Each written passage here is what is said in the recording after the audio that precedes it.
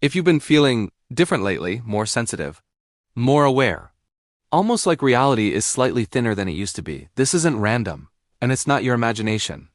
Something is shifting, not out there, in you. And when the veil between the seen and unseen begins to thin, you feel it first in your nervous system. If this has been happening to you, stay with me, because by the end of this video, you'll understand exactly why. Let's be honest, this phase can feel disorienting. You might notice you're overwhelmed by noise and crowds. You sense people's emotions before they speak. Time feels strange, fast and slow at once. Old interests don't excite you anymore. You crave silence more than stimulation. Part of you wonders, am I losing it?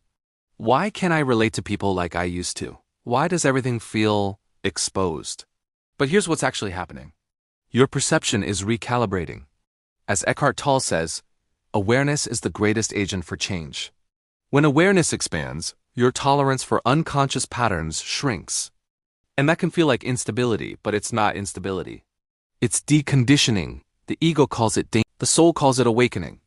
And the veil we're talking about isn't mystical fog. It's the filter of conditioning. When it thins, you start seeing through stories, through projections, through roles, through your own false identities. That's not comfortable. But it is liberating. Let's talk about the signs. Warning sign number 1, heightened sensitivity. You're more emotionally porous. Music hits deeper. Conflict feels louder. Artificial environments exhaust you. This is not a weakness, it's attunement. As Carl Jung said, the privilege of a lifetime is to become who you truly are. Becoming who you truly are requires feeling what you previously suppressed. Your nervous system is no longer numbing, it's opening. And when the veil thins, sensitivity increases before stability returns. Pause here. Have you noticed this? Good, that means you're tracking. Warning sign number 2. Illusions are breaking. You see through things faster now. Manipulation. Social masks. Your own avoidance patterns. And it's uncomfortable. Because once you see clearly, you can't unsee. As Jiddu Krishnamurti said, it is no measure of health to be well adjusted to a profoundly sick society. When the veil thins, adjustment to dysfunction becomes impossible. You start asking better questions. Why am I tolerating this? Why did I believe that?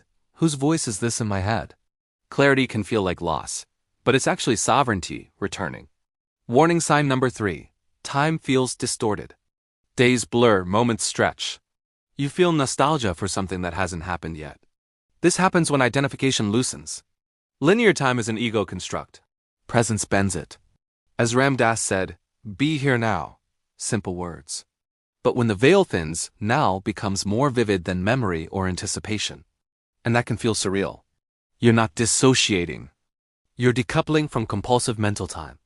There's a difference. Now let's address what you're quietly asking. Why do I feel alone? Because your frequency is changing, not superior. Different. Old dynamics feel heavy. Surface-level conversations drain you.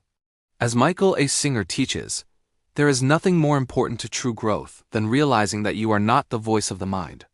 When you stop identifying with mental chatter, many people won't recognize you. They were interacting with your mask, not your essence. Loneliness in awakening isn't punishment. It's integration space. Why is my body reacting? Tingling, pressure in the forehead, random waves of emotion, sudden fatigue. Your body stores suppressed experience. As awareness increases, stored material releases. As Joe Dispenza explains, your body is your unconscious mind. When the veil thins, unconscious material rises to be metabolized. This isn't a breakdown, it's recalibration. Support your nervous system, hydrate, rest, limit overstimulation. Awakening is biological as much as spiritual. Why do old identities feel fake? Because they were adaptive, not authentic. Roles you played to belong. But when the veil thins, belonging shifts inward. You don't abandon your life. You refine it. Now here's what most people don't tell you. The veil doesn't thin once. It pulses. There are waves, moments of piercing clarity. Then fog again. Then expansion. Then contraction. This rhythm prevents overwhelm. Integration happens in cycles. If everything dropped at once, your ego would panic. Instead, consciousness reveals itself gradually. And here's the deeper truth. The veil was never outside of you, it was perception. As perception refines, reality reorganizes. Synchronicities increase, dreams become vivid, intuition sharpens. You might feel guided, not by a voice but by alignment. You're less reactive, more observant. And that space between stimulus and response? That's where awakening stabilizes. You're not becoming someone new. You're remembering someone ancient. So here's the real question. Now that the veil is thinning, what will you do with clearer sight? Because clarity demands responsibility. You can't pretend not to see anymore. And in the next phase of awakening, which most people aren't prepared for, the focus shifts from perception to embodiment, from seeing the truth to living it. In our next transmission, we're going to talk about the 3 signs. You're moving from awakening into integration, and why this phase determines whether you stabilize or spiral. Until then, if this resonated, don't just ignore this feeling. You're not crazy. You're not broken. You're becoming conscious. And that changes everything.